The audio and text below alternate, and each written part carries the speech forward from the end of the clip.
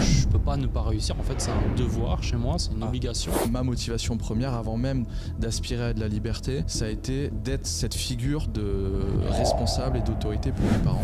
Les gens qui disent ouais mais moi je peux pas démarrer ce business, j'ai pas d'expérience. Mais qui démarre un business en ayant de l'expérience? Quelqu'un de riche, c'est combien tu peux poser sur la table tout de suite pour saisir une opportunité. Quand tu es entrepreneur, que tu sais faire du cash, pour que ce soit intéressant, je pense qu'il faut plusieurs dizaines de millions d'euros. D'accord. Je pense que ça peut choquer ce que je clair. dis. C'est pas avec 1 million, 2 millions que tu fais du cash. Non. T'en feras pas beaucoup. Non. Le jeu de la publicité, peu importe que tu fasses du dropshipping, du e-commerce, du marketing, que tu vendes des formations, en fait, il faut que tu apprennes à attirer l'attention des gens. Donc ça veut dire que si tu veux t'en sortir dans le business en ligne, il faut que tu saches faire de la publicité.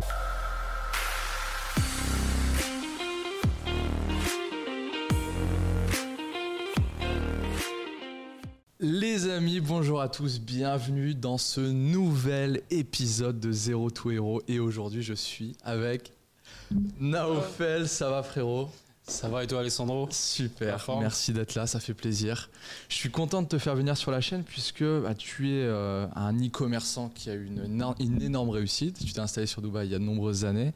Donc tu as eu une grosse réussite, que ce soit dans la création de boutiques e-commerce, mais aussi dans la vente de formation, puisque tu es formateur à succès et tu fais partie du top dans la francophonie.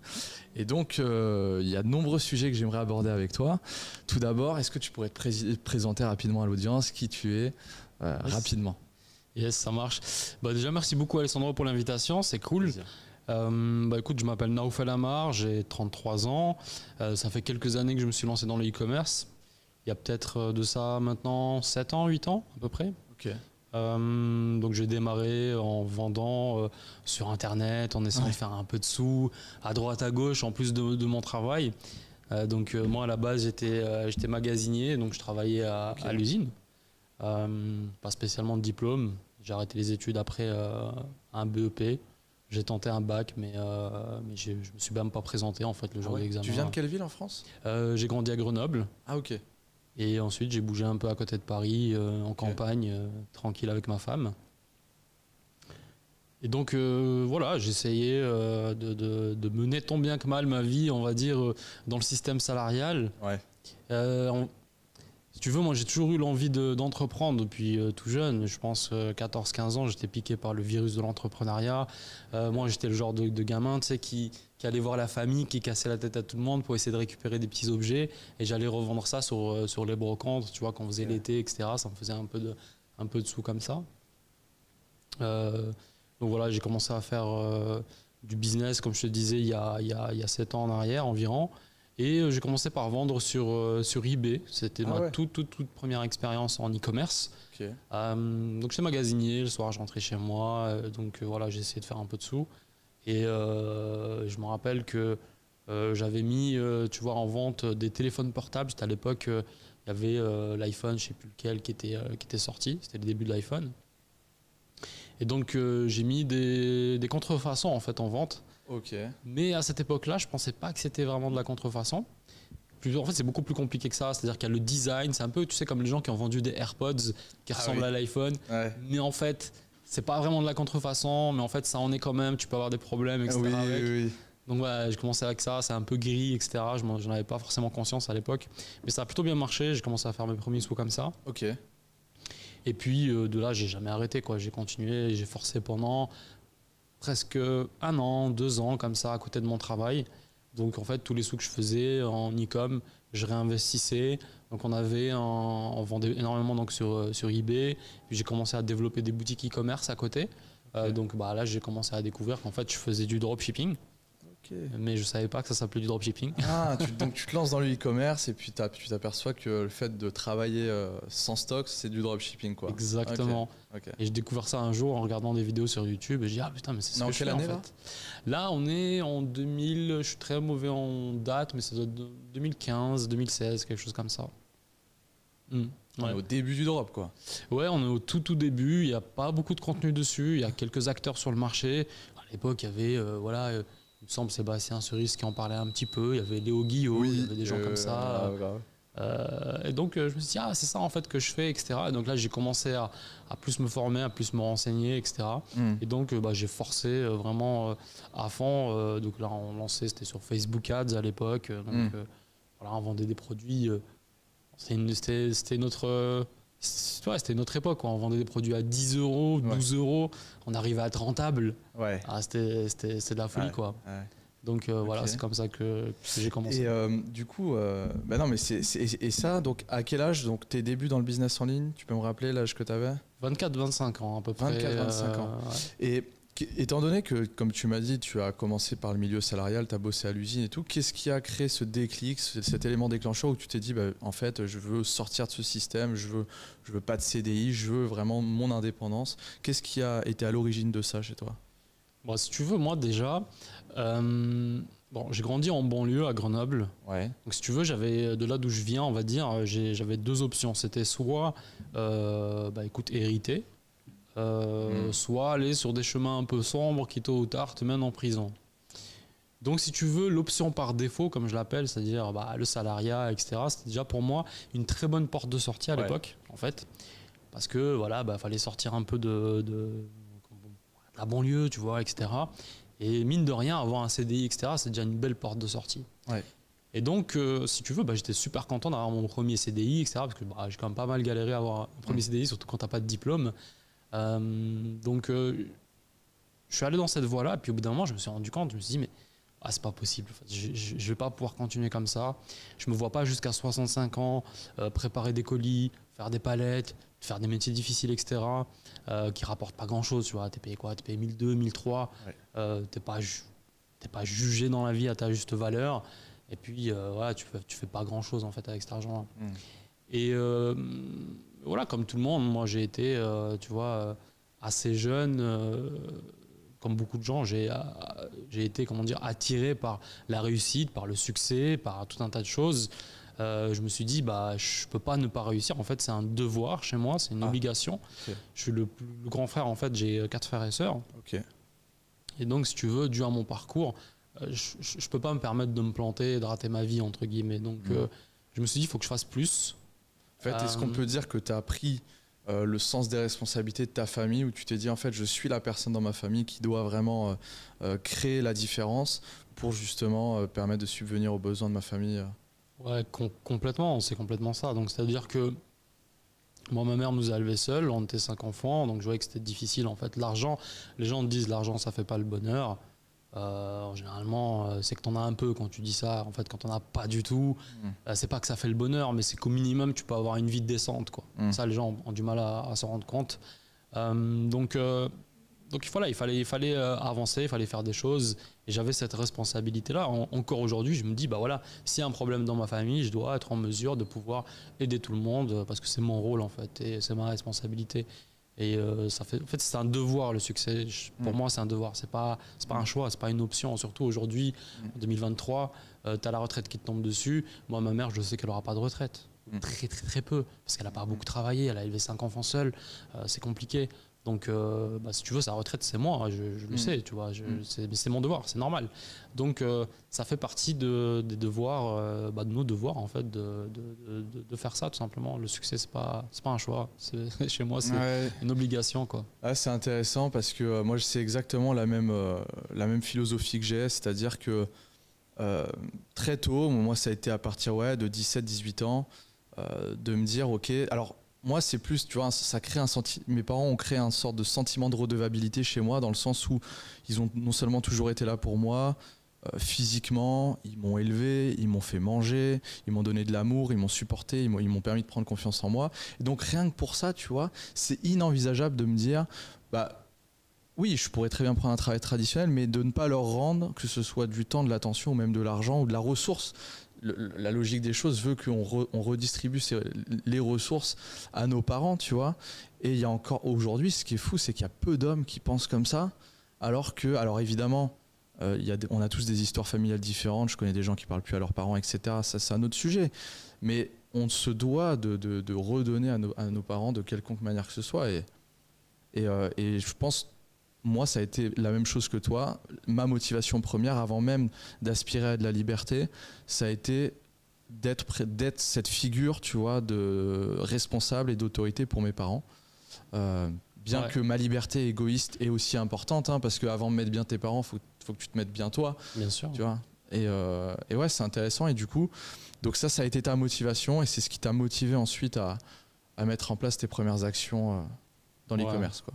Ouais, c'est ça. En fait, au bout de quelques années, je me rends compte que avec le peu d'argent que j'ai, je vais pas pouvoir voyager. Tu vois, je vais pas pouvoir voyager, je vais pas pouvoir aider ma mère, je vais pas pouvoir aider mes frères s'ils ont besoin. Et en fait, rester dans cette vie-là, c'était pas fait pour moi. En fait, je savais que c'était pas fait pour moi. C'est pas ce que je voulais. Je voulais faire autre chose. Donc pour ça, il fallait que je me bouge. Donc j'ai mis en place des choses. J'ai essayé plein de choses. Donc là, c'est vrai que j'ai essayé ça, mais entre autres, voilà, j'ai essayé plein de trucs qui ont foiré. J'ai lancé une petite entreprise de livraison de bouteilles de gaz à domicile. Ah ouais, d'accord. Ça n'a pas du tout marché parce que j'y connaissais rien. J'ai distribué mes flyers, j'espérais trouver des clients, j'en ai pas eu. J'ai lancé, je parle de ça, c'était quand j'avais 23 ans, donc c'était il y a 9 ans maintenant, 8 ans, 9 ans. J'ai lancé un business aussi de livraison de courses à domicile. Je dis aux gens, voilà, je vais faire tes courses, je prends 15 balles pour faire tes courses, quoi. J'ai une question, parce que du coup tu lances une boîte de gaz, tu lances une boîte de livraison à domicile, tu vois que ça fonctionne pas, mais tu passes à l'action, tu t'es pas raconté d'excuses. Qu'est-ce que tu dirais, qu'est-ce que tu dirais aux personnes qui se disent mais je sais pas par où commencer, je sais pas quoi faire, et, tu vois, parce qu'en réalité ce qui compte c'est de faire. Peu importe que ça fonctionne ou que ça fonctionne pas du premier coup, au pire t'apprends. Et c'est ça en fait, l'échec c'est l'apprentissage, il faut apprendre à apprécier ça, à se familiariser avec, parce que c'est le parcours inhérent à tout entrepreneur. Qu'est-ce que tu dirais à une personne qui se dit oui je veux plus, je veux de la liberté, mais par contre je veux attendre d'avoir le meilleur business entre les mains, tu vois, qu'est-ce que tu répondras à ça, toi? C'est le pire moyen d'échouer, de jamais se lancer. C'est une aberration en fait, tu vois, genre... J'ai fait ce business de livraison de gaz à domicile. J'avais pas de thunes. Il fallait que j'apprenne à faire un site internet. J'y connaissais rien. Je savais juste ouvrir une boîte mail, moi. C'est tout. Ouais. Donc, mais j'ai pas le choix. Un site internet, à ce moment-là, ça coûte 3000 balles minimum. Ouais, c'est vrai. Donc, je dois apprendre à faire un site internet. Donc, j'apprends à faire un site internet. Mon business marche pas, mais j'ai appris à faire un site internet. Deuxième business que je lance, livraison de courses à domicile. J'y connais toujours rien en marketing. Je comprends pas les fondamentaux du business, mais je sais faire un site internet. Donc, je vais beaucoup plus vite. Et je lance plus rapidement mon business.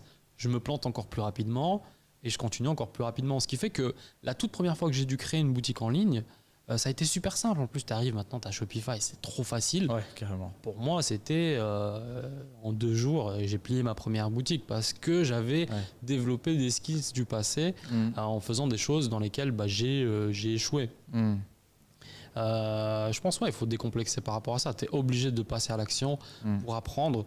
Les gens qui disent mais moi je peux pas démarrer ce business, j'ai pas d'expérience. Genre mais qui démarre un business en ayant de l'expérience? Genre il faut faire pour avoir de l'expérience. Ça n'a pas de sens. Exactement, tu es obligé de faire. Donc voilà, en plus tu développes des compétences, c'est ce qui est le plus important, c'est ce qui vaut de l'argent et c'est ça qui te permet d'avancer. Donc je dirais que en fait t'as pas le choix, t'es obligé de te faire violence, il faut le faire. C'est que des excuses, non mais j'ai pas le temps, machin, c'est pas maintenant le bon moment. Moi j'ai plein de potes à moi ou des gens que j'ai rencontrés qui me disaient il y a 8 ans en arrière, quand moi je me suis lancé, mais moi c'est pas le bon moment, tu vois, j'attends d'avoir 30-40 ans, d'avoir de l'expérience, d'avoir de l'argent de côté, d'avoir la super idée pour lancer mon business. Je lancerai quand j'aurai 40 ans. Pour l'instant je dois faire mon petit chemin dans une entreprise. Mais attends, mais tu vas te lancer quand tu auras 40 balais, que tu seras fatigué par le business de ton patron pour qui tu auras bossé, quand tu auras des gosses, quand tu auras un crédit sur la tête, quand tu auras des devoirs envers ta famille, etc. Tu es coincé dans un cercle vicieux parce que le crédit de la maison, le crédit de la bagnole, les enfants, c'est fini, tu es mort, tu peux plus prendre de risques, tu es coincé. C'est ça. Et donc là, c'est encore plus difficile. Je dis pas que c'est impossible, mais c'est encore plus difficile. Donc c'est un peu comme si tu sais que tu vas avoir un accident, mais tu continues de rouler à la même vitesse et tu fonces dedans, quoi. Tu vois, ça me fait penser à cette notion de prise de risque. Tu vois, pour moi, je dis souvent que j'ai découpé ma vie en plusieurs cycles, et notamment le cycle dans lequel je suis, c'est de ma vingtaine à ma trentaine. C'est là où je peux me permettre de faire all-in sur des opportunités et clairement même de redémarrer à zéro, parce qu'en fait, c'est l'année où j'ai pas de charge mentale entre guillemets, si ce n'est ma propre vie et ma santé. J'ai pas d'enfants, j'ai pas de choses de cet ordre-là, ce qui me permet de pouvoir prendre des risques puisque je dois m'assumer uniquement moi. Mais après, de ma trentaine à ma quarantaine, je veux avoir fait le travail de ma vingtaine à ma trentaine pour que à ma trentaine, je puisse me focaliser sur la partie familiale. Et pour pouvoir mener à bien l'éducation de tes enfants et ton couple, etc., ben ça demande de l'énergie mentale, de l'attention. Et tu peux pas gérer ça bien si à côté, tu es encore en train de trimer pour faire de l'argent, tu vois. Et donc, la trentaine à la quarantaine, on lève le pied un peu sur le business parce qu'on récolte les fruits de la vingtaine, tu vois, de ce qu'on a mis en place. Et ça veut pas dire qu'on arrête le business, ça veut dire que les priorités changent, tu vois. C'est un peu comme ça que je vois les choses. Et c'est vrai, attendre 30 ou 40 ans pour te lancer dans le business alors que tu as des enfants et tout, t'imagines le stress parce que t'as pas du tout la même appétence au risque parce que tu dis putain mais si ça merde, ben, je fous mes gosses à la rue avec ma femme, tu vois. Complètement. Donc en vrai c'est quand même... Tu prends des décisions de merde quand tu sais que tu as une pression de malade du coup au lieu de prendre le risque, en fait là où tu sens qu'il y a du stress, que tu as peur de faire quelque chose, qu'il y a un risque et tout, ben c'est souvent là qu'il y a l'argent. C'est pas là où c'est facile, là où tu dis ah ouais je vais le faire, ça va trop bien marcher. Donc ça veut dire que au moment où tu te dis ah ouais là je stresse, ah j'ai peur d'y aller. Ouais, mais tu sais que c'est là qu'il y a l'argent en fait. C'est derrière cette prise de risque là. Le problème c'est quand tu as une famille derrière toi, c'est quand même assez difficile. Maintenant, moi j'ai un enfant, je suis marié et tu vois, comme depuis je t'ai quand dit t'as ton enfant ? Moi elle a 4 ans. OK. Donc si tu veux, cette prise de risque là, j'ai appris à vivre avec. C'est pas nouveau pour moi que je prends des risques, que je fais des all-in dans des business où je perds tout, je peux recommencer, etc. C'est pas la même quand tu as dépassé la trentaine et que tu commences à construire une famille, parce que tu as une famille justement. Ouais. Mais si tu apprends ce réflexe avant et que tu as acquis des compétences, que tu as acquis des bases, que tu as un réseau, que tu as beaucoup de choses en fait que tu as construites durant ta vingtaine, justement, comme tu dis, durant ta trentaine, tu peux plus profiter. Et en plus, tu peux te permettre de prendre quand même encore, de continuer à prendre des risques, parce qu'en fait, tu as appris à vivre avec ce risque-là. C'est pas ta première expérience.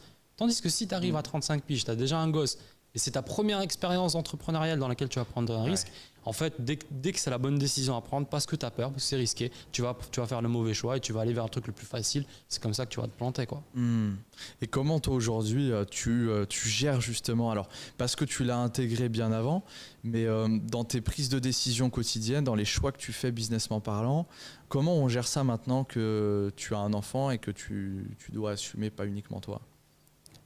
C'est une bonne question. Je pense qu'il n'y a pas de réponse ou de recette magique. Ça dépend vraiment de chaque personne. Moi, j'avais peur d'une chose et je disais à ma femme, non, moi, je veux pas d'enfant avant 30 ans parce que j'ai trop de trucs à construire avant. Okay. Et j'ai besoin de prendre des risques avant parce que je sais très bien quand j'aurai un enfant, je ne prendrai pas les mêmes risques, etc. Et du coup, j'avais cette appréhension-là. Comme je t'ai dit, j'ai appris du coup à avancer avec.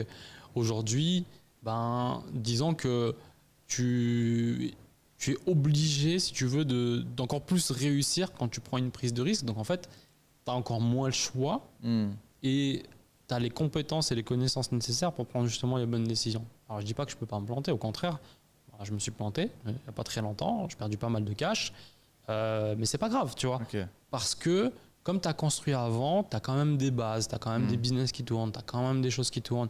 Donc si tu veux, une fois que tu as construit déjà des choses, tu sais que tu as quand même du cash qui rentre, tu as quand même du cash, suffisamment de cash de côté. Moi, je suis très cash. Vraiment, j'ai investi quasiment rien. C'est vrai ? J'investis ni dans l'IMO, ni dans la crypto.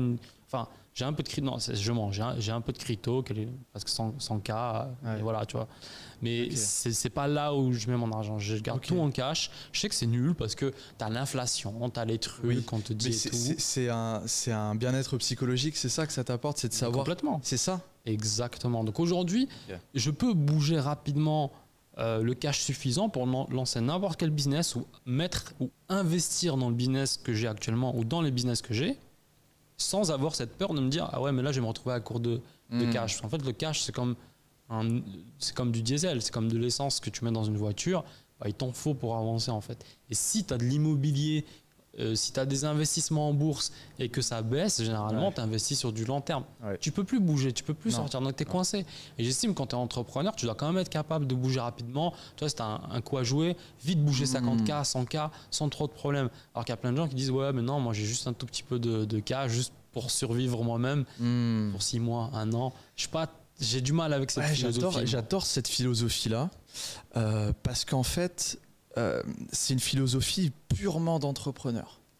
Dans le sens où, Si, c'est vrai que moi, récemment, j'ai eu cette prise de conscience où je me suis dit, en fait, oui, j'investis, mais aujourd'hui, la plupart de mon cash que j'ai investi, au final, je le reprends pour faire des projets. Et parce que je me rends compte que là où je me sens dans le contrôle, et c'est important pour l'entrepreneur de savoir qu'on contrôle toute la chaîne de valeur, de la prédictibilité, le cash flow, mais je me rends compte que c'est ce que je préfère, c'est d'investir dans quelque chose que je contrôle, à savoir mon business. Par exemple, la crypto, je contrôle pas, la bourse, je contrôle pas, l'IMO, je contrôle pas. Et cette notion de se dire, je suis en majorité en cash pour pouvoir dégainer quand il y a des opportunités au besoin, je trouve ça vachement intéressant, parce que quand tu te vois purement en tant qu'entrepreneur, la seule chose qui compte, c'est ta capacité à déployer du cash sur la table. Et ça, je me rappelle, c'est une phrase de mon premier mentor qui disait quelqu'un de riche, tu sais, il y a des gens, il y a plein de définitions riches financièrement, j'entends, c'est savoir garder l'argent, c'est savoir épargner. Non, lui il disait quelqu'un de riche, c'est combien tu peux poser sur la table tout de suite pour saisir une opportunité. Et ça, j'ai trouvé ça vachement smart. Bah, je suis d'accord avec ça. Tu vois, pas plus tard que tout à l'heure, j'ai un gars que j'en rencontre dans ma résidence. Il m'appelle, il me propose un super deal, tu vois. Donc, je peux décider de bouger ou pas. Et en fait, ça arrive tout le temps, en vrai, surtout quand tu habites à Dubaï. Tu commences à faire un réseau, tu commences à avoir plein d'opportunités. Et en fait, tu peux faire du cash juste sur un message, sur un coup de téléphone, sur un truc. Et si tu n'as pas le cash parce que tu as investi en bourse, parce que tu as investi dans l'IMO, etc. Et c'est très bien, hein, je dis pas que c'est mal. C'est juste que moi, ça ne me correspond pas.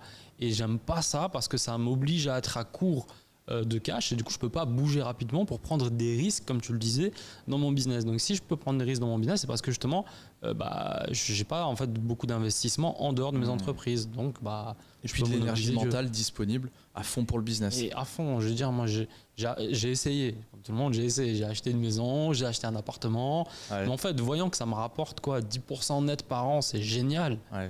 Ouais, mais dans mon business, je fais plus, vraiment plus, et je comprends. Et c'est une pensée plus court-termiste. Je dis pas que je penserai toujours comme ça, mais c'est mon plan, on va dire, pour les années à venir. Et puis peut-être au-delà de 40, 50 ans, commencer à vraiment construire un gros patrimoine immobilier, bourse, etc. Quand je vais commencer à ralentir sur le business ou que j'aurai suffisamment de cash. Parce qu'en vrai, pour jouer à l'investisseur, vraiment un investisseur, quand tu es entrepreneur, que tu sais faire du cash, pour que ce soit intéressant, je pense qu'il faut plusieurs dizaines de millions d'euros. D'accord. Je pense que ça peut choquer ce que je dis. C'est pas avec 1 million, 2 millions que tu fais du cash. Non. T'en feras pas beaucoup. Non, c'est vrai. Hein. C'est vrai que pour jouer le game de l'investissement, c'est 8 chiffres minimum si tu veux faire quelque chose d'intéressant. Et avant, effectivement, tu fais mieux d'utiliser... Mais ça, je l'ai compris il n'y a pas longtemps, c'est trop bien qu'on en parle. Tu ferais mieux d'investir ton cash dans... Parce que comme tu dis, l'immobilier 10% par an, mais dans ton business, tu le fais... Tu multiplies cet argent par mois. Par mois, même plus, quoi. Et puis, non, mais c'est intéressant. Et donc, tant que tu crées pas suffisamment de levier pour créer, je sais pas moi, du cash 8-9 chiffres, là, tu peux changer de game. Mais avant, vaut mieux te concentrer sur capitaliser sur ton actif, quoi, qui est ton business. C'est de pas ralentir ta vélocité dans le business. Parce qu'en investissant, tu ralentis. Et aussi, alors oui, je suis d'accord, il y a l'inflation qui mange tes sous tous les mois, ça c'est vrai. Ouais. Mais tu as l'investissement dans... Tu vois, tu as une espèce de DCA où tu investis tous les mois la même somme en même temps, etc. Moi, je fais du DCA sur moi, dans mes business. Parce que oui, l'inflation monte, mais l'argent que je capitalise dans mon business et que je gagne dans mon business, il prend aussi cette inflation. Donc en fait, oui, je perds d'un côté, mais je gagne de l'autre côté parce que je produis. Oui. Je veux dire, si tu vends un produit, tu as une boutique, tu vends des produits à 50 €. Si demain, il y a 100% d'inflation et que ton produit, tu le vends à 100 €. Mais tu seras au niveau économique de tout le monde. Ouais. Donc en fait, comme tu acquiers tout le temps de l'argent du marché, de l'économie qui a la valeur actuelle, que tu sois dans 5 ans, dans 10 ans, tant que tu fais du business, que tu produis de la valeur et que tu gagnes de l'argent en retour, tu fais du DCA en fait sur le futur par rapport à ce que tu gagnes. C'est ma philosophie. Ouais, c'est clair. Non, c'est lourd, top. Pour revenir à ce qu'on disait, du coup, tu te lances dans les boutiques e-commerce. Ouais. Qu'est-ce qui se passe pour toi en termes de résultats? Donc tu fais du drop malgré toi, puisque c'est dans le process que tu te rends compte que tu fais du dropshipping. Et comment ça se passe pour toi en termes de résultats? On est en 2015 là. 2016. Non, 2015, 2014, 2015, 2016 par là. J'ai vraiment une très mauvaise mémoire sur l'histoire, les dates, etc. Genre, Des fois, j'oublie même ma date d'anniversaire ou j'oublie la date d'anniversaire de ma femme. C'est une catastrophe. Mais bref. T'oublies pas où est garé ta Lambo là quand même. Non, ça je risque pas. Mais ça c'est pas pareil. Et du coup, ouais, c'est dans ces eaux-là, donc je me lance, etc. L'idée c'est quoi? C'est au début, je commence à faire des premiers sous et ensuite je réinvestis tout le temps en fait ce cash-là.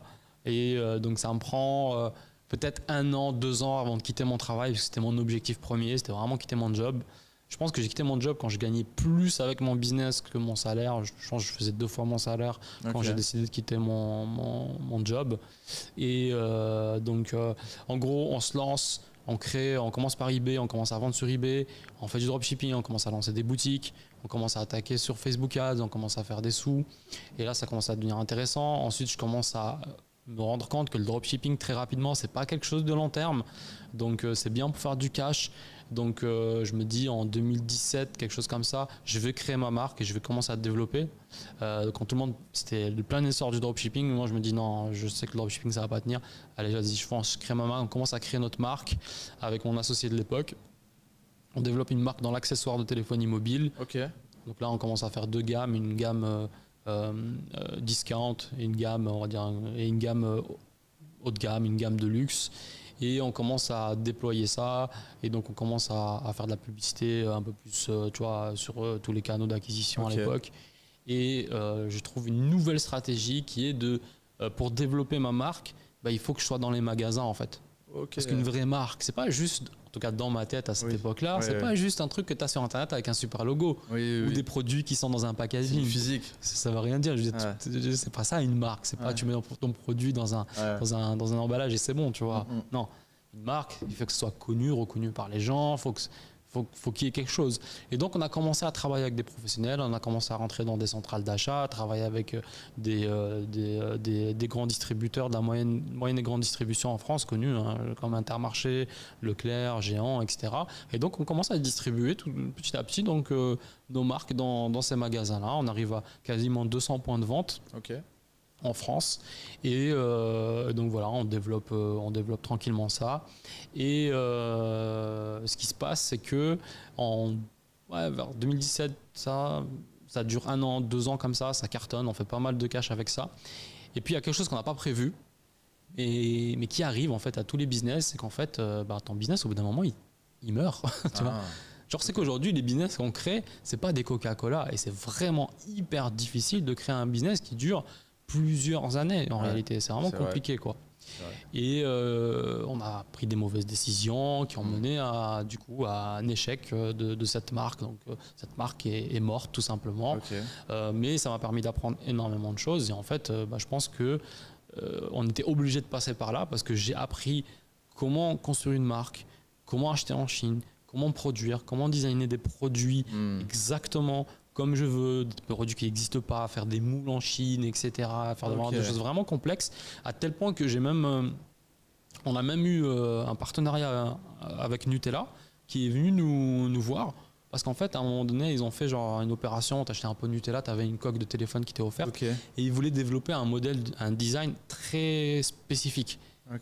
Et quand tu as une grande multinationale comme ça qui vient te voir parce qu'ils ne trouvent personne pour faire exactement ce qu'ils veulent. Alors c'était un truc spécifique, il fallait qu'ils impriment dessus, c'était de la personnalisation, il faut que ce soit en même temps une coque universelle, il y avait tout un challenge. Ils sont venus nous voir et donc c'était mon premier gros contrat, on va dire, avec une grosse entreprise que j'ai dealé parce que justement on a développé ces compétences-là qui nous ont permis de faire du cash. Voilà, donc ensuite fort de cette expérience, je me dis ok, je repars dans le dropshipping à fond, j'arrête mes conneries de vouloir créer un truc sur long terme, je fais juste du cash, on développe plusieurs shops, on commence à faire du ClickFunnels, à faire des monoproduits sur des tunnels de vente, etc. À ce moment-là, il n'y avait pas beaucoup de gens qui faisaient ça et ça faisait sens dans une stratégie globale, donc ça a bien marché, on a eu plusieurs shops qui ont fait multiple six figures, donc c'est plusieurs tunnels qui ont fait multiple six figures, donc c'est cool, on a développé ça. Et ensuite, je vois quoi? L'opportunité de faire des formations en ligne. Et je me dis, attends, tu peux vendre ton savoir à des gens. Tu as full bénéf. Moi, j'avais l'habitude d'acheter des produits qui coûtaient de l'argent. Et de vendre ça. La formation, c'est full bénéf. Tu crées une fois et tu vends à l'infini, quoi. Exactement. Donc, je vois cette opportunité. Je me dis, ça peut être un super business. je commence un peu à en avoir marre parce que là, on est en 2018, début 2019. Je commence un peu à en avoir marre d'être tout le temps derrière mon ordinateur, derrière AliExpress toute la journée. Tu vois, c'est bien, tu parles des Chinois toute la journée sur WeChat et puis tu balances en même temps de l'autre côté. Tu es là sur AliExpress, tu crées des boutiques et tout. C'est un business qui est très difficilement délégable. Ah, oui. Tu peux avoir beaucoup d'assistants qui vont t'aider, mais le savoir, tu peux pas le déléguer, lancer les publicités, faire le marketing, le copywriting, choisir les produits. Tu peux systématiser les choses, mais très difficile à déléguer 100%. C'est vraiment une compétence qui fait de l'argent. En tout cas, moi, j'ai pas réussi à le déléguer vraiment à un niveau phénoménal. On a réussi à automatiser plein de trucs, mais genre moi, sortir du business et que ça tourne de zéro sans moi pendant plusieurs mois, c'est très compliqué. J'ai essayé, mais très compliqué. Et donc, on se lance dans le milieu de la formation. Franchement, je découvre un nouveau monde. Je rencontre des gens, je sors, je vais dans des séminaires, je vois des gens qui font d'autres business. Ça me donne plein de perspectives. Je développe mon réseau. Et puis, en même temps, tu vois, c'est cool. Tu coaches des gens qui démarrent de zéro. Donc, ça te permet aussi de transmettre un peu ton savoir. Et ça, c'est cool. Après, on va pas se le cacher. C'était un business pour moi. C'est un business pour moi. Ça fait du cash. Si je peux aider des gens, bien sûr, j'en suis ravi. Mais ça crache du cash. Ça crache du cash. Entendons-nous bien. Je suis pas là à dire je veux aider les autres en mode voilà, je suis une ONG. Non, je suis là pour faire du cash. Mais bien sûr, on est là aussi pour aider les gens parce que en fait, c'est juste du bon sens. Si tu as des bons résultats clients, que les clients sont satisfaits, et bien forcément, ils te font des témoignages, ils te recommandent. Aujourd'hui, on a plus de 1000 évaluations sur Trustpilot, sur notre formation. Donc on a, je pense, non c'est même sûr, on a la formation la mieux notée et la plus notée sur Trustpilot aujourd'hui dans tout le marché de l'e-commerce et du dropshipping en France. Donc, on a un super produit et ça c'est un business que j'adore, tu vois. Tu peux développer tes compétences de marketeur vraiment à un niveau poussé, quoi. Donc tu te lances dans la formation, là tu exploses. En termes de résultats, en termes de chiffres, est-ce que tu peux nous partager un petit peu ce que tu as réalisé? En quoi? En dropshipping ou en formation? En formation. En formation. On a fait, il n'y a pas si longtemps, on a essayé de cumuler à peu près tout. Je pense qu'on est à quelque chose entre 7 et 8 millions d'euros sur ces 3-4 dernières années du coup. Sur le marché francophone? Le marché francophone. Excellent, excellent. Et qu'est-ce que tu as appris du coup quelles sont les grosses erreurs, les challenges que tu as rencontrés depuis que tu t'es lancé dans le marché de la formation? En fait, je me suis rendu compte que c'est un marché qui est hyper complexe, mine de rien. Il y a une complexité qu'on ne s'imagine pas, parce qu'au début on pense c'est bon, tu vends une formation, tu vas faire de l'argent. Ouais, mais non, parce que ta formation, il faut qu'elle soit bonne, il faut que les gens ils te recommandent, il faut que les gens soient satisfaits, il faut que de l'autre côté, tes publicités parlent aux gens, il faut que ton contenu parle aux gens. Faire une formation, ça prend littéralement des semaines et des semaines full focus où tu ne fais que ça. Parfois, juste pour faire un module, je peux passer 2 semaines parce qu'il faut que les gens comprennent. Et c'est super difficile de transmettre du savoir. Donc déjà, tu as le côté produit où j'ai minimisé. Certes, tu n'achètes rien pour vendre, mais il y a ton temps pour vraiment transmettre ton savoir. Et puis, tu as envie de donner le meilleur. Donc même, ça te pousse sur des choses que tu ne connais pas bien, que tu ne maîtrises pas bien certains sujets, à toi-même justement approfondir, faire des tests. On a investi beaucoup d'argent dans des tests juste pour expliquer comment faire aux gens certaines choses qu'on ne maîtrisait peut-être pas à 100% chez nous. Donc, il y a toute cette dimension produit où je pense vraiment qu'il faut un super produit. Moi, si tu veux, j'ai été mon premier mentor, c'était Sam Ovens sur le marché US. Et donc, j'ai fait son mastermind. Et Sam Ovens, il a un produit qui est juste dingue, qui est incroyable, tu vois. Et donc, l'idée, c'est de dire, OK, on développe un super produit. Mais pas seulement. Ensuite, il faut développer un super marketing. Il faut être super agressif sur le marketing. Il faut vendre ton produit parce que maintenant que tu as un super produit, il faut que les gens le connaissent, il faut qu'ils le consomment, etc. Et puis ensuite, il faut que les gens rachètent. Donc, tu passes encore à une 3e étape. Et ensuite, il faut embaucher des équipes. Parce qu'en fait, c'est un business, par contre, contrairement au dropshipping, qui est beaucoup plus long terme. Donc, tu peux viser. Nous, je veux dire, ça fait 4 ans qu'on est là. Moi, je me vois dans ce business encore dans les 10 années à venir.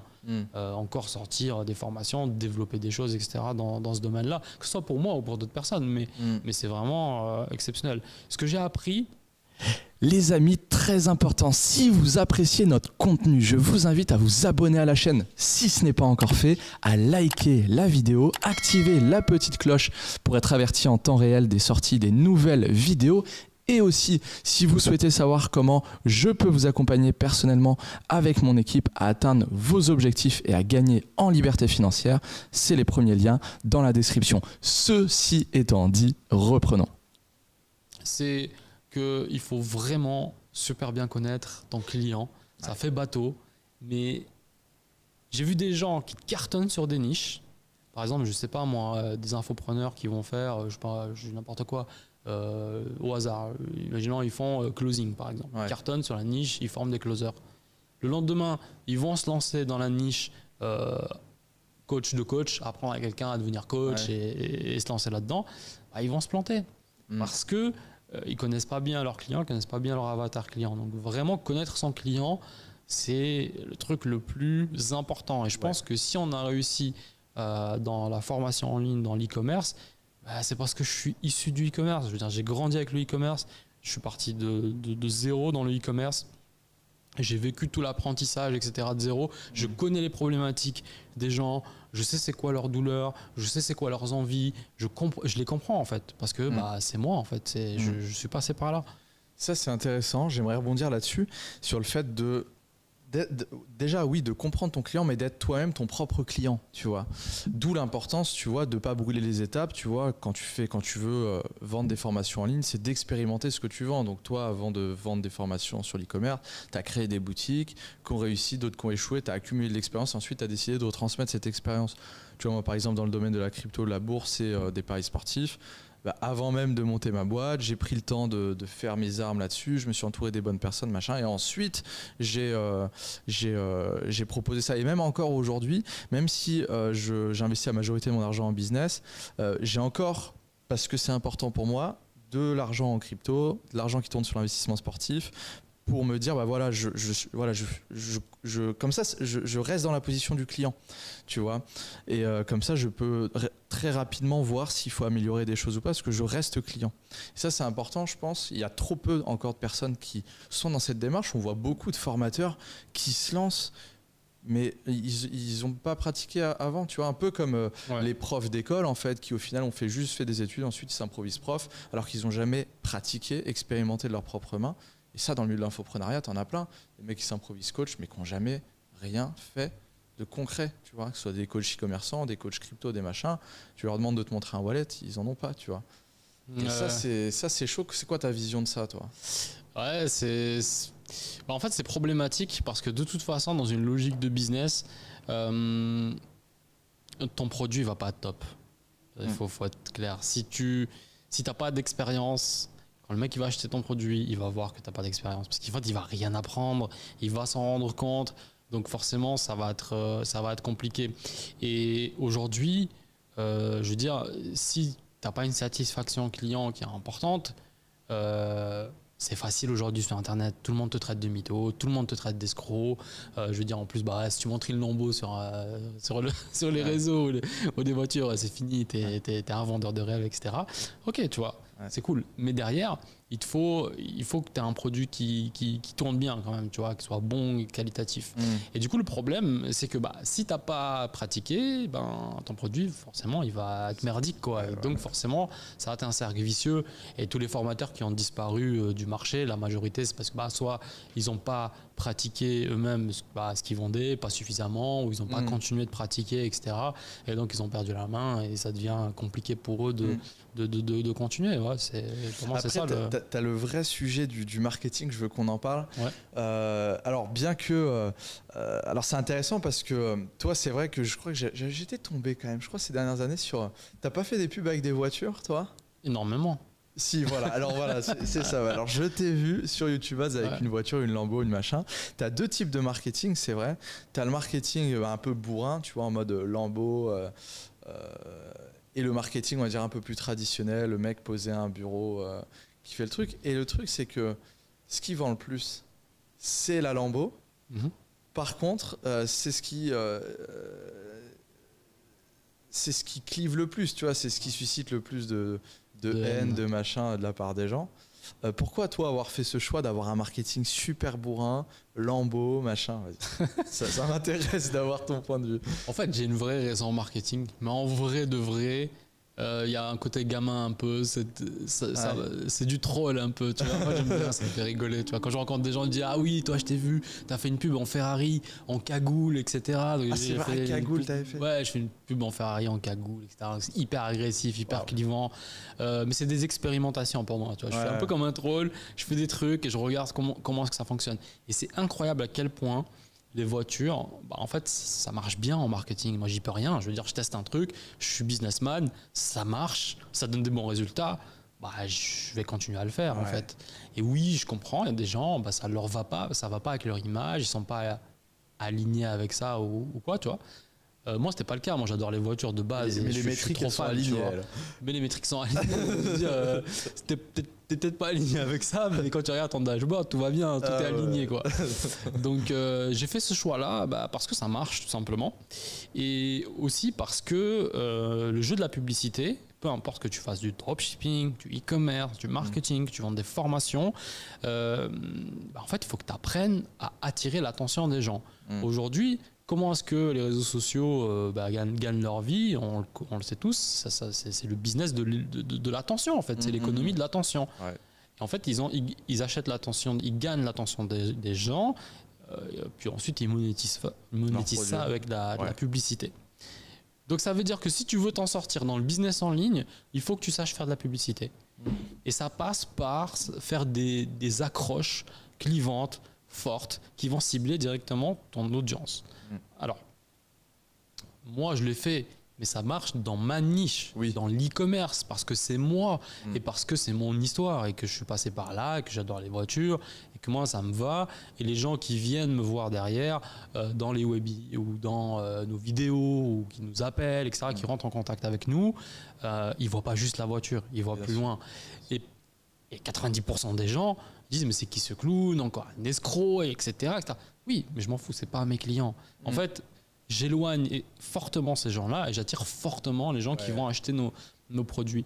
Maintenant, est-ce que ça s'adapte à une niche hyper sérieuse où tu vas vendre, moi je sais pas, de l'immobilier? Je suis pas certain que ce soit la meilleure approche, le marketing pour faire ça. Maintenant, dans le trading, dans la crypto, dans l'e-commerce, dropshipping, etc., la niche accroche plutôt bien à ça. Mais c'est purement du marketing, quoi. Non, c'est clair.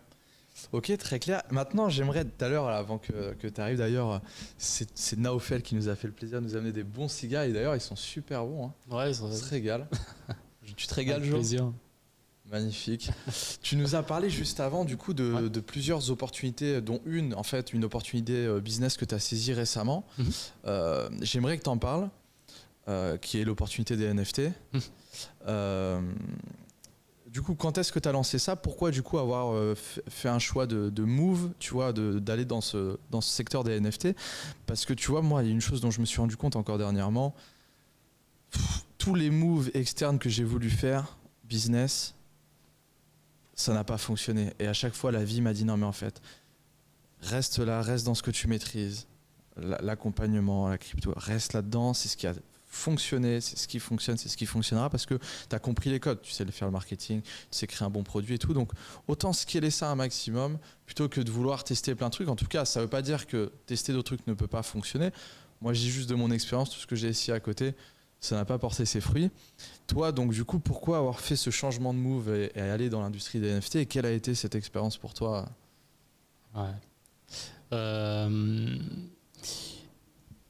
J'ai fait ce choix-là parce que j'ai été juste attiré par le syndrome de l'objet brillant. Okay. Ça fait 4 ans, ça faisait 3 ans à ce moment-là que je faisais de la formation. On avait nos boutiques qui tournent. C'est redondant, tu vois, c'est compliqué.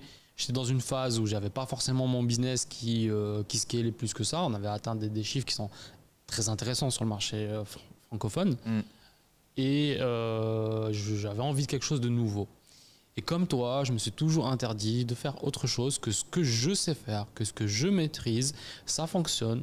Je scale ce que je sais faire. C'est tout, point barre. Ne fais rien d'autre. Le problème étant, c'est que le NFT était une vraie opportunité qui te permet d'arriver tôt sur un marché, donc de lancer un projet NFT, de rentrer dans le Web3 par cette porte-là et de continuer à évoluer là-dessus, parce que dans les années à venir, je pense que c'est une économie qui va juste exploser et littéralement réinventer beaucoup de choses de notre monde. Ouais. Et donc j'ai voulu surfer sur cette tendance, mais la réalité m'a vite rattrapé. C'est juste que je ne connais pas ce métier-là. Je ne suis pas du tout de ce domaine-là, mais je me disais, ok, bah, comme tout le monde en fait, parce que c'est nouveau, personne ne connaît, je vais apprendre. C'est comme tout, on va apprendre. Et donc là, on s'est lancé avec deux potes à moi, quand t'es trois, qui font du business, etc., qui sont expérimentés, on a tous du cash à investir, on fonce là-dedans. Et pour moi, c'est l'appât du gain. On va gagner pas mal de cash, on va créer un projet de fou et ça va durer sur des années. Okay. Et c'est un nouveau business qui m'excite, quoi, en fait, tout simplement. Qui enfin, j'ai quelque chose de nouveau parce que j'en ai marre de ce que je fais. Mais c'était pas une erreur en soi parce que ce que j'ai appris, c'est juste incroyable. Genre l'après ce projet-là, c'est juste dingue. Genre j'ai vraiment grandi grâce à ce projet. Maintenant, ça m'a appris aussi à plus bouger, en fait, de continuer à faire ce que je sais faire, comme je sais le faire. Et voilà, ne t'étale pas, ne va pas dans 50 000 directions. Quand tu vois Warren Buffett, je sais pas quel âge il a, mais ce mec-là, c'est incroyable. Toute sa vie, il fait la même chose. Il fait que ça. Et il va pas dans les NFT, il va pas dans la crypto, il va pas dans tous ces nouveaux trucs, dans l'IA. Lui, il investit, c'est tout. Il fait ce qu'il sait faire, quoi. Et donc, du coup, parle-nous un petit peu en termes de chiffres. Combien de cash ça t'a demandé de mobiliser? Pourquoi ça a échoué, ce projet? Alors, on a mobilisé environ à 3, environ un demi-million d'euros. Ok. De budget marketing, développement? Tout compris. On a le budget global pour lancer ce projet-là. Il faut savoir que pour lancer un projet NFT à ce moment-là, vu que c'était la grande bulle, mine de rien, on a l'impression que c'est un beau budget, mais en fait, pas tant que ça, parce qu'il y a des gens qui arrivent avec 1 million, 2 millions, 3 millions et plus. Mais voilà, c'est notre premier projet, on se voyait bien continuer à développer là-dessus, c'était intéressant, donc on a investi ça. Alors, selon moi, pourquoi est-ce que ça a planté? C'est une question, pour moi, de timing, et si je peux retenir la plus grande leçon que j'ai retenue, en fait, de cet échec, c'est le timing, en fait. Parce qu'en fait, t'as beau être le plus intelligent, le plus beau, le plus fort, tout ce que tu veux, tu vois, avoir de l'argent, c'est dead. C'est mort. Et ça, vous les investisseurs en crypto, en bourse, vous maîtrisez bien le timing. Autant dans mon business, dans l'e-com, même si c'est une question de timing, parce qu'il faut lancer le bon produit au bon moment, etc., c'est moins flagrant, c'est moins fort, c'est moins puissant. Tu peux quand même forcer le marché à faire quelque chose en étant bon. Un marché aussi puissant, aussi gros, quand il se retourne, il se retourne. Et là, il s'est retourné au pire moment, pile au moment où on devait lancer. Donc forcément, on savait au fond de nous que ça allait peut-être très mal se terminer. On est allé jusqu'au bout parce qu'on avait commencé à le faire. Mais quand je regarde, peu importe, tous les business où j'ai réussi à faire du cash, c'était toujours une question de timing. C'est si tu arrives au mauvais moment, tu te plantes. Même si tu as tout, tu vas te planter. C'est juste une question de timing. Parfois, tu as des gens, moi, je rencontre des gens, je me dis, ils ont l'air un peu bêtes quand même, il est un peu con, je sais pas, on a l'impression qu'il bosse pas, il force pas. Ils sont arrivés au bon moment. Mais il arrive au bon moment, il a fait un truc qui a fonctionné. Le timing est trop important. Et ça, c'est une leçon vraiment à retenir. Et en fait, ça te tue ton ego parce que tu te dis non, je dois apprendre à le faire, c'est moi, je dois être bon, etc. Oui, tu dois être bon dans une certaine mesure. Mais tu as une grande partie quand même, c'est juste t'es au bon moment, tu as de la chance. Et c'est tout, il faut l'accepter en fait. Non, c'est clair que. Puis d'autant plus dans les cryptos, le problème c'est que c'est un marché qui est jeune, peu mature. Il y a peu de liquidité. Donc en fait, peu importe la nature du projet, peu importe tes intentions, peu importe la technologie que tu veux apporter, si le marché est contre toi, ton projet il prend moins 50, moins 80% dans la gueule, quoi. Et même encore aujourd'hui, c'est pour ça que c'est très compliqué pour les projets. Nous, on monte un projet Web3 avec un pote, mais on va dégainer le marketing pas maintenant, ça sert à rien. Ce serait mettre un coup d'épée dans l'eau, tu vois. On va attendre que le marché reprenne pour lancer la machine parce que ça sert à rien. Là, il n'y a pas d'intérêt auprès des investisseurs, etc. Alors qu'un projet Web2, genre formation, machin, c'est une industrie qui est en pleine expansion, les gens se forment de plus en plus en ligne, etc. Enfin, les feux sont ouverts, quoi. Même s'il y a des hauts, des bas. T'as vu, t'as parlé de... Toi, t'as lancé en 2019, tu m'as dit. Moi, j'ai lancé en 2020. Moi, j'ai cru que ça allait être comme ça pendant les 10 prochaines années. Hein. C'était magnifique en 2020. Hein. Oh là là, tu mettais 1, tu récupérais 4 sur Facebook. C'était fou, hein. Mais au final, non, il y a une conjoncture de marché qui fait que les coûts étaient plus faibles, les gens étaient devant leur écran. Donc forcément... Mais ouais, et puis même dans une industrie mûre comme le marché de l'information, comme l'e-commerce, tu as quand même des timings, tu vois. Tu as un moment pour lancer sur Facebook Ads. C'est pas que ça marche plus aujourd'hui, c'est qu'il y a quelques années, c'était juste magnifique. En fait, c'était facile. C'est là où il faut aller vite.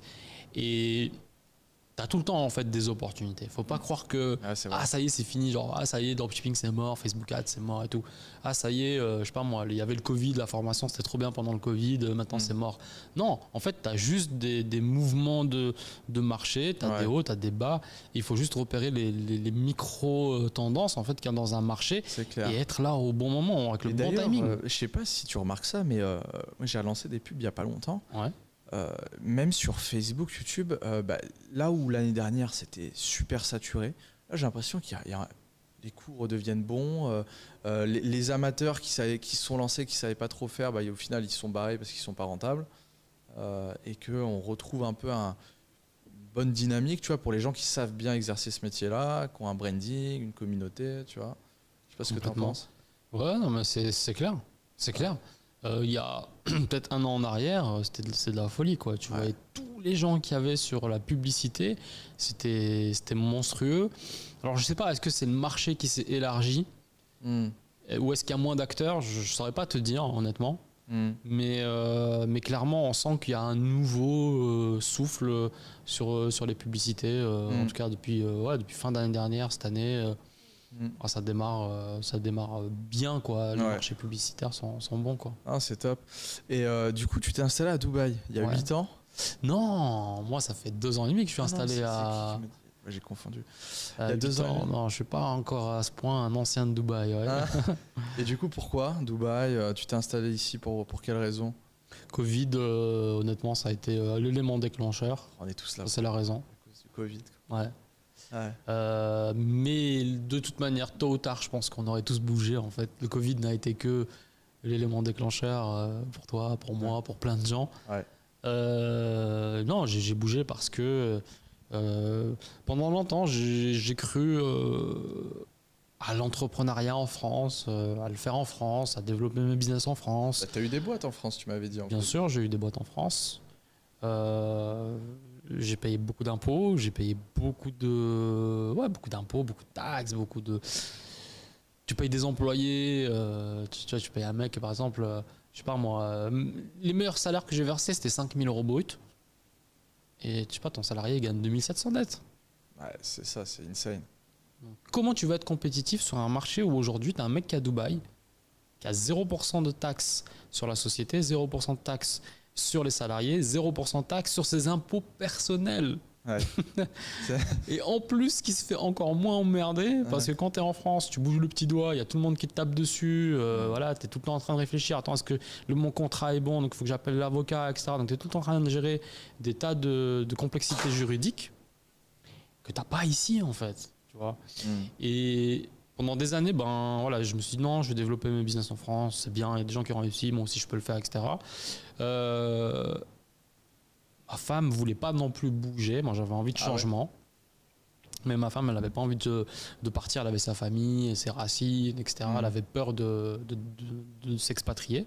Le Covid est venu, elle a découvert que ce n'était pas un drame finalement de ne pas aller au boulot tous les jours, de ne pas avoir ta famille pendant un petit moment, c'est pas très grave en fait tout ça. Parce que quand tu les revois un mois après la fin du confinement, tu passes un temps qui est 10 fois plus de qualité que si tu les vois tout le temps, où tu n'apprécies même plus ce temps passé.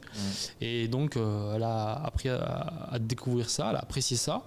Moi, de mon côté, j'étais arrivé à un tournant dans mon business où je me suis dit, maintenant, si je veux accélérer, il faut que je sois compétitif sur le marché. Parce que là, il y a tout un tas de gens qui vont s'installer à Dubaï, il y a tout un tas de gens qui vont s'expatrier et qui compétissent au niveau de la compétition, à l'échelle à laquelle je veux jouer. j'ai pas le choix. Il faut que je bouge. Il faut que j'ai une meilleure fiscalité.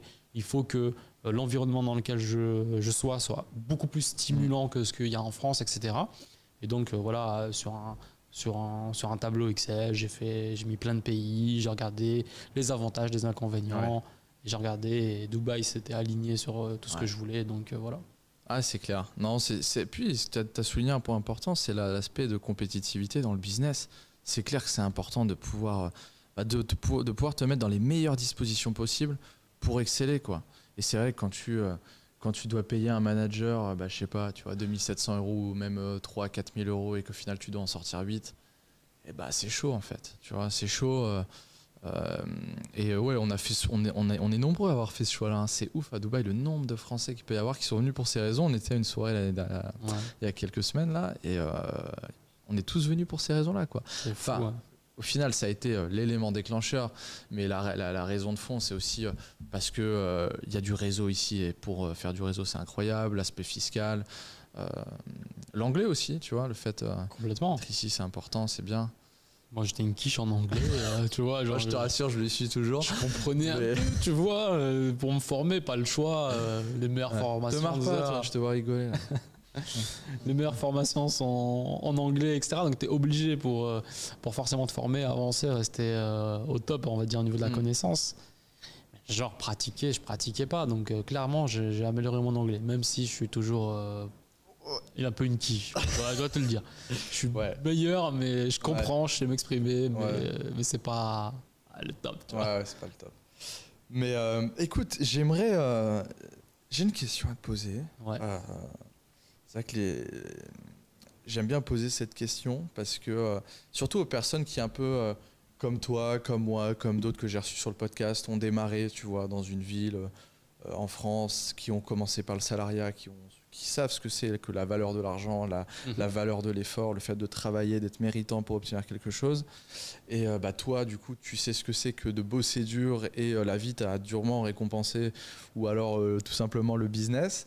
Et quel changement il y a eu dans ta vie fondamentalement depuis qu'aujourd'hui t'es devenu millionnaire? Quelles sont les choses que tu fais aujourd'hui que tu ne pouvais pas te permettre avant? Et qu'est-ce qui, fondamentalement, dans ton état d'esprit, quand tu te couches le soir ou quand tu te lèves le matin, qu'est-ce qui a changé, quoi? C'est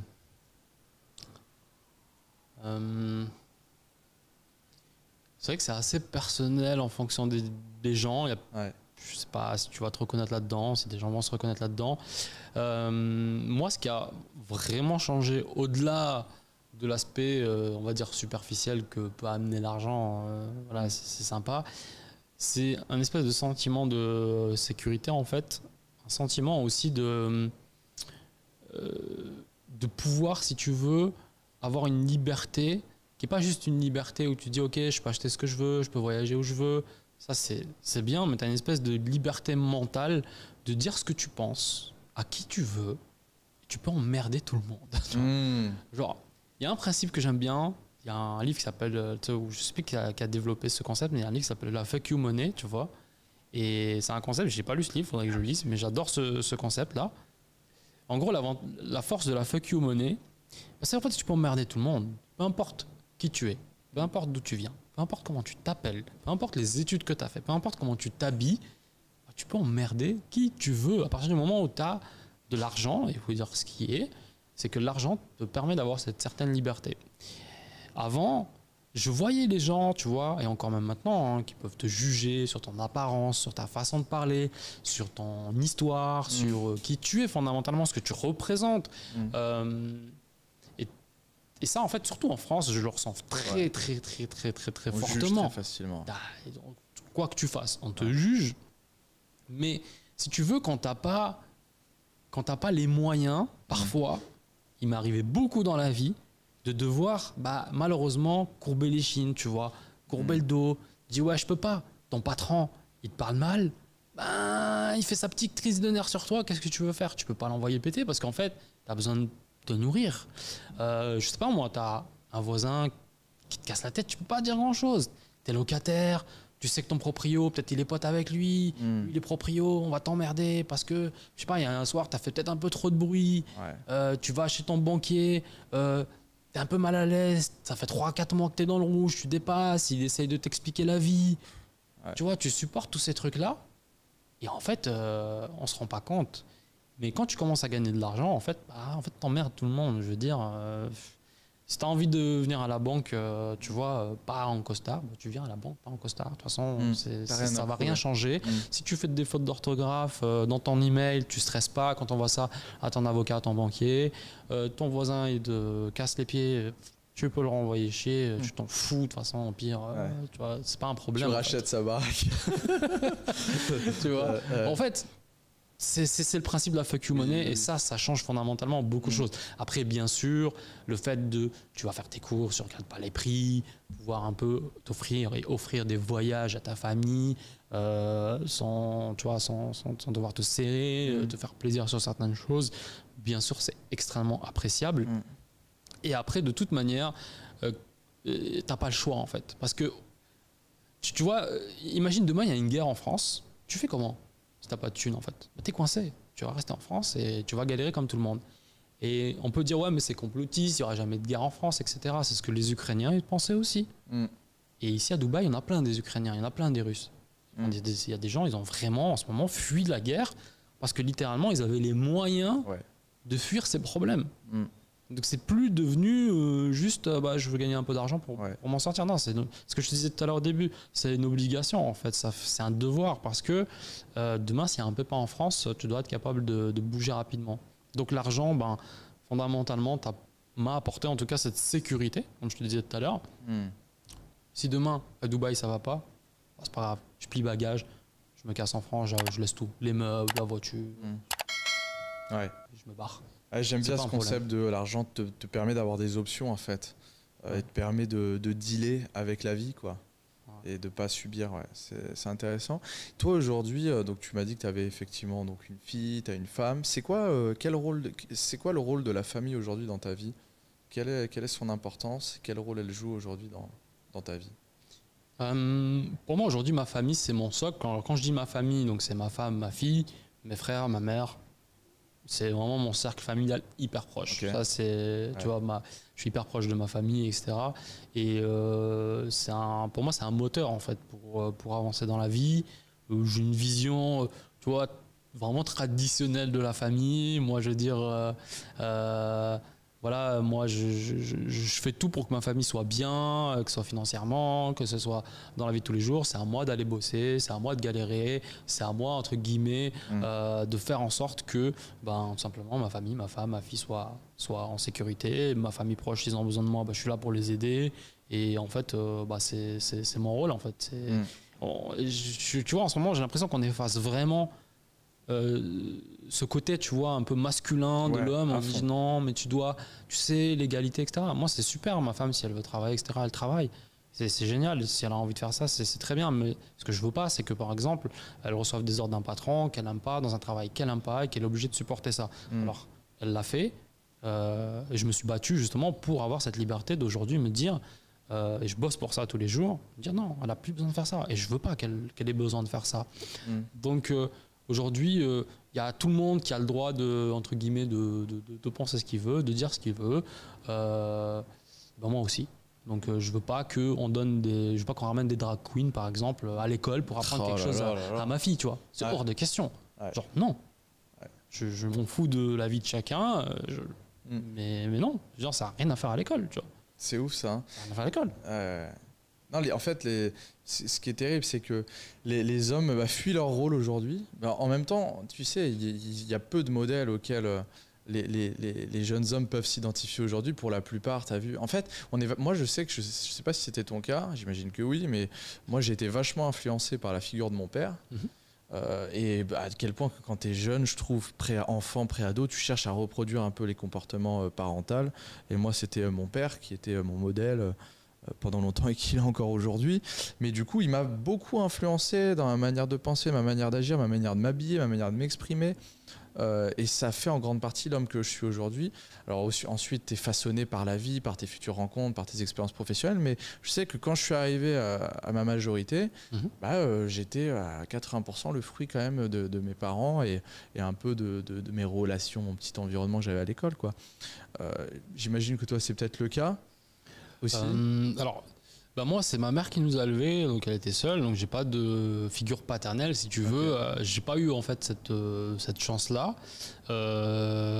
Donc, si tu veux, moi, mes parents, ils ont divorcé, j'avais 13 ans et j'ai pas énormément de relations avec mon père. Par contre, on s'entend pas, c'est juste que mon père a refait sa vie et voilà, on n'est pas à sa priorité, tu vois. C'est comme ça, c'est des choses qui arrivent dans la vie. Et donc, je grandis sans figure paternelle, donc j'ai dû tout seul apprendre en fait à me dire de quoi j'ai manqué. Et en fait c'est simple, c'est exactement ce dont j'ai manqué que je dois offrir en fait à ma famille, à mes enfants en fait. J'ai fait la chose inverse. C'était un exemple. Moi, du fait de ce que j'ai manqué, je sais ce qu'il faut pour offrir à sa famille tout simplement, quoi. Ouais, c'est cette notion, c'est intéressant, à développer. C'est vrai que, mais pour autant, on n'est pas. Il y a encore pas mal de gens, tu vois, qui ont qui ont la vingtaine, qui sont soit encore dans les études, soit qui ont commencé dans la vie active, qui veulent plus, qui savent peut-être pas comment. Enfin, en même temps, c'est pas en passant tes après-midi sur Snap ou TikTok que tu vas savoir comment. Et voilà, donc je pense que déjà se dire pourquoi je veux une vie plus libre, c'est déjà le premier pas, mais c'est ensuite le fait de se lancer, de faire, et de surtout, avant même de choisir son business model ou sa voie, c'est de se dire je dois le faire pour moi, pour ma liberté, parce que clairement aujourd'hui, créer son propre travail, c'est même pas une option, quoi. C'est obligatoire si tu veux pas être réduit en esclavage, quoi. Tu vois, avant le CDI, c'était la sécurité, c'était ce qu'il fallait aller chercher, c'était le sésame. Aujourd'hui, c'est du bullshit. La sécurité de l'emploi n'existe plus. Au contraire, la vraie sécurité, aujourd'hui, c'est de créer sa boîte, c'est de développer des revenus indépendamment du système. C'est fou à quel point le nombre de gens encore aujourd'hui ne comprennent pas ça. Je trouve ça fou, quoi. Ouais, c'est dingue. Mais pour moi, en fait, c'est un monde caché. Tu vois, je sais pas si... Poudlard. C'est comme Harry Potter, c'est ça. En fait, c'est un monde caché, tu vois. Et c'est fou parce qu'en fait, tu penses que c'est pas possible, que c'est difficile d'accès. Moi, je veux dire, quand j'étais plus jeune, je pensais que pour faire de l'argent, il n'y avait pas 56 solutions, comme je te disais. C'est soit tu hérites, soit tu vas dans un chemin obscur, tu vois. Ouais, mais maintenant, avec Internet... Et aujourd'hui... Ouais, c'est vrai qu'aujourd'hui, tu peux plus te dire ça, quoi. C'est vrai que maintenant, c'est visible. Je veux dire, il y a tout le monde qui te dit « Oh, si tu veux faire des sous, j'ai des formations pour toi. Si tu veux faire ça... » Il y a des opportunités. Et c'est que les gens, en fait, ils refusent de croire de toute façon qu'il y a un autre chemin qui est possible. Et il y a que... Tu sais, quand tu passes de l'autre côté de la barrière, où en fait, tu vois le monde tel qu'il est de l'autre côté, et en fait, tu te rends compte qu'il y a plein de gens qui ont réussi. Il y a plein de gens qui ont pu faire des choses. Et je pense que les gens qui se lancent pas, qui prennent pas cette option, en fait, qui prennent ce que j'appelle l'option par défaut, c'est voilà, tu trouves un travail jusqu'à ta retraite, c'est parce qu'en fait, ils y croient pas au fond d'eux. Tu vois. Soit ils ont pas assez confiance en eux, en leur capacité à y arriver, soit ils pensent que c'est pas possible. Parce que tu vois, moi je prends l'exemple de certains potes à moi. Ils voient, tu sais, il y a même, j'imagine certains potes à toi aussi, ils voient que la réussite elle est possible, qu'un pote à eux a réussi de s'extraire de sa condition initiale, a réussi à gagner de l'argent, à devenir libre et tout. Mais c'est pas pour autant qu'ils vont le faire. Donc c'est plus, je pense, une question de croyance en soi. Ouais. Tu vois. Ouais, c'est clair. Mais les gens, ils y croient pas et du coup, ils font rien en fait pour changer ça. Je pense qu'il faut soit un élément déclencheur qui va faire que t'as plus le choix, t'es obligé de te bouger pour changer ça. Soit tu le subis et à un moment donné, je te rends compte que c'est un peu trop tard, que t'es enlisé dans un truc et que c'est compliqué. Plus t'attends, plus c'est difficile de se réveiller, tu vois. C'est un peu comme c'était dans le film Matrix. Plus longtemps tu dors ou je sais pas, tu vois. Dur, plus ça va être difficile de sortir de ce coma et de voir la vie telle qu'elle est. Et en fait, Mais franchement, le système est bien fait, tu vois. Je suis pas, je suis pas vraiment complotiste parce que le système, il est juste comme ça. Mais t'es formaté, t'es programmé pour aller à l'école, pour faire ci, pour faire ça, pour avoir la vie bien rangée jusqu'au bout et travailler jusqu'au bout. Mais c'est normal. C'est l'économie qui a besoin de ça. On a besoin de gens, à un moment donné, qui soient ingénieurs, qui soient docteurs, etc., pour construire une société, pour que ça tienne. Donc c'est juste la réalité. Et sortir de ça, ça demande en fait des choses qu'on t'a jamais appris. Oui. On t'a jamais appris à faire ça à l'école. Je veux dire, de la valeur. Tu sais pas. Bah non. Non, c'est vrai que oui, c'est clair qu'on est par défaut programmé, si tu veux, à servir des gens, à appliquer des ordres bêtement, à suivre un process. C'est le travail de l'école, hein, pour servir la société, c'est clair. Mais il y a aussi vachement, je trouve, notamment en France, ce truc où c'est l'État qui va te sauver, tu vois. C'est papa, maman, État qui vont t'aider, ils vont te donner des aides si jamais tu galères, ils seront là pour toi. Ça fait 10 ans que tu fous rien, mais c'est pas grave, on va te filer un RSA, on va te donner des formations gratuites, je ne sais quoi. Et au final, tu te rends compte, moi, je connais des mecs, un ou deux, avec qui j'ai grandi, qui aujourd'hui, ils ont jamais bossé, tu vois, genre ils ont la trentaine. Ils gagnent quoi, 1100, 1200 euros, tout être cumulé, juste à rester chez lui. Et il vend un peu de shit de temps en temps pour arrondir ses fins de mois et se faire peut-être 1400, 1500 euros. Voilà. Et il dit, mais à quoi bon en fait aller bosser? À quoi bon? Et ça, c'est terrible parce que du coup, on nivelle par le bas, quoi. Bah ouais, mais qui crée ça, tu vois? Est-ce que tu penses vraiment que les gens qui sont à la tête d'un État, c'est pas des gens débiles quand même, un minimum, je pense pas en tout cas. Je crois qu'ils sont pas conscients de ça à un moment donné. C'est juste que, en fait, soit ils veulent pas changer ça, et du coup, laisser des gens dans cette situation. Soit ça fait partie d'un plan plus vaste qu'on ne connaît pas, moi j'en sais rien, tu vois. Mais on voit les faits, tu vois, à un moment donné, tu vois les faits, les gens. Mais je comprends cette situation, je veux dire, moi aussi je me suis retrouvé au chômage, moi aussi j'ai gagné 1100 euros et j'ai pas envie d'aller bosser. Franchement, je me suis retrouvé dans cette situation, j'ai pas envie d'aller bosser. Je suis resté comme ça plusieurs mois, tu branles rien, t'es payé, t'as pas besoin de mettre de l'essence dans ta voiture, t'as pas besoin d'aller te fatiguer au travail. Et en fait, ça suffit pour vivre finalement si tu vis simplement, tu vois. Ouais. Pour survivre, c'est vraiment le terme. Ouais. Et en fait, ça t'encourage pas, ça t'enlise dans cette situation-là. C'est très difficile après, une fois que tu es formé comme ça, à changer. C'est pour ça que je te parlais tout à l'heure d'un élément déclencheur. Donc, soit tu as la chance d'avoir un élément déclencheur. Moi, je ne m'estime pas supérieur à quelqu'un d'autre. J'ai juste eu plusieurs éléments déclencheurs dans ma vie qui m'ont forcé en fait à faire des choix radicalement différents. Il y a des gens, malheureusement, ils n'ont pas cette chance-là. Et prendre conscience qu'il faut changer par eux-mêmes, c'est quand même assez compliqué. Donc, si tu veux, ils attendent peut-être qu'il y ait quelque chose qui se passe, mais malheureusement, souvent, il ne se passera rien, quoi. En fait, personne ne va venir t'aider, tu es tout seul, généralement. C'est clair.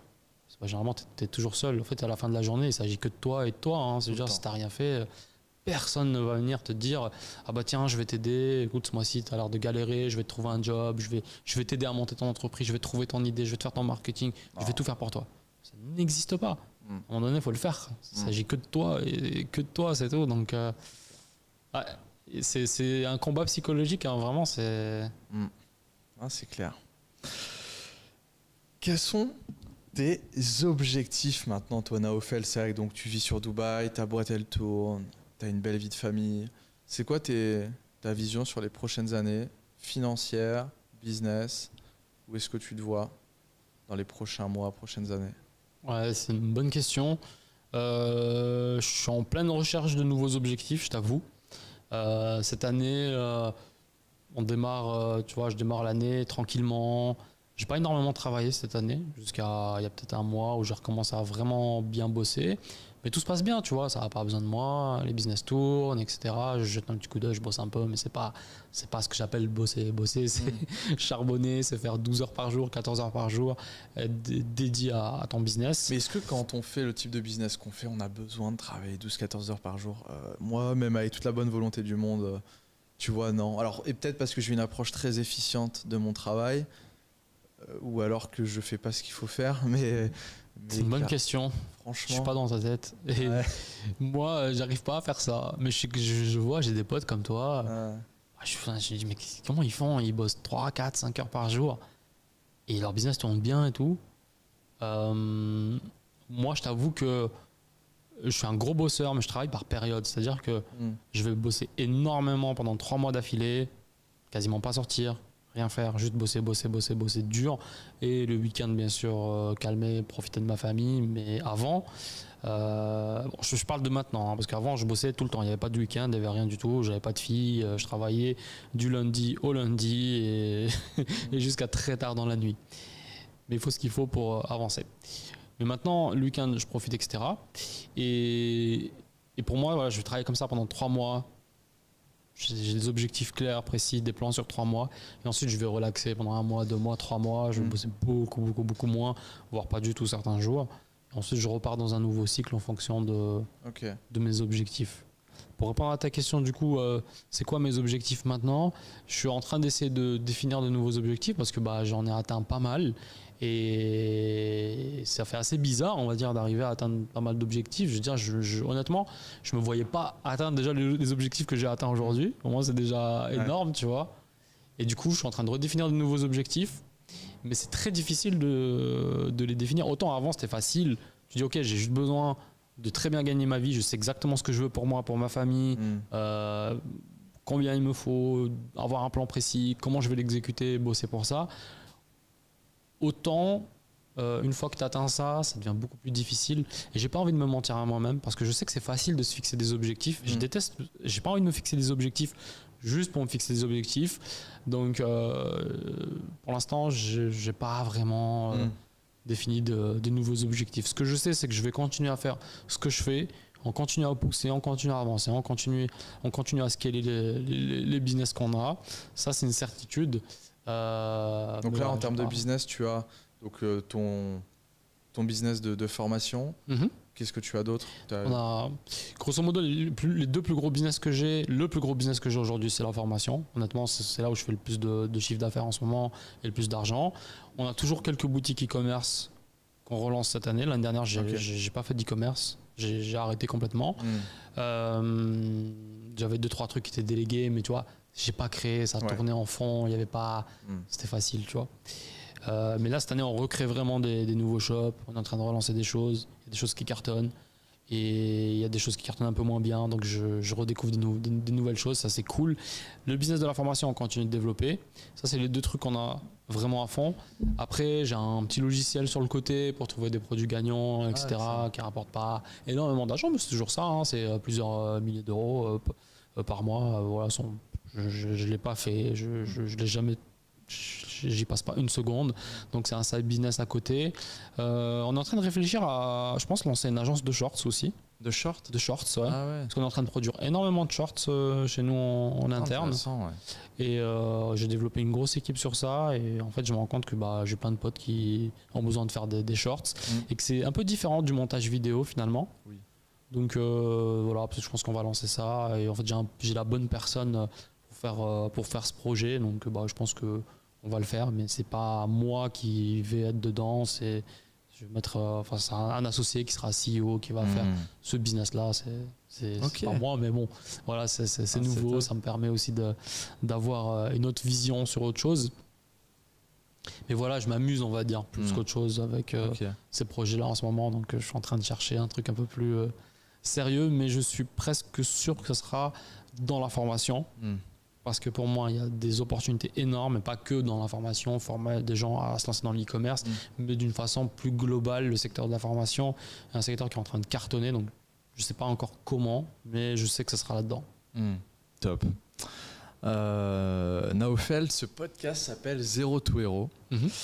J'aimerais que tu me donnes ta définition de quelqu'un qui passe de zéro à héros. Quelqu'un qui passe de zéro à héros, c'est quelqu'un qui se construit tout seul, qui attend pas sur les autres pour faire des choses à sa place. Donc il se bouge, il met en place des choses et finalement en étant plutôt égoïste parce que à un moment donné il faut que tu penses à toi parce que personne ne viendra t'aider comme je l'ai dit tout à l'heure. En étant sacrément égoïste, tu peux développer vraiment des belles choses et après une fois que tu as fait ça, tu peux aider beaucoup de gens autour de toi et ça c'est cool. Je pense que c'est ma définition. Merci Ro, c'était top. Merci à toi pour l'invitation. Je t'en prie, merci C'était une super beaucoup. discussion. Les amis, on s'abonne, faut s'abonner, on est obligé de demander parce que sinon les gens ne font pas. Ça c'est vrai, appel à l'action. Appel à l'action. Et oui, on s'abonne les amis. On like aussi cette vidéo si vous l'avez appréciée et n'hésitez pas à réagir en commentaire à ce qui a été dit parce qu'il y a beaucoup de valeur qui a été partagée. J'ai pris beaucoup de plaisir Naofel, donc merci. De même, c'était ouf, c'était trop bien. Merci de l'invitation. Avec grand plaisir. Donc n'hésitez pas à réagir en commentaire les amis, puis on se retrouve très vite pour un nouvel épisode de Zero to Héros. Yes, à bientôt les amis. Ciao.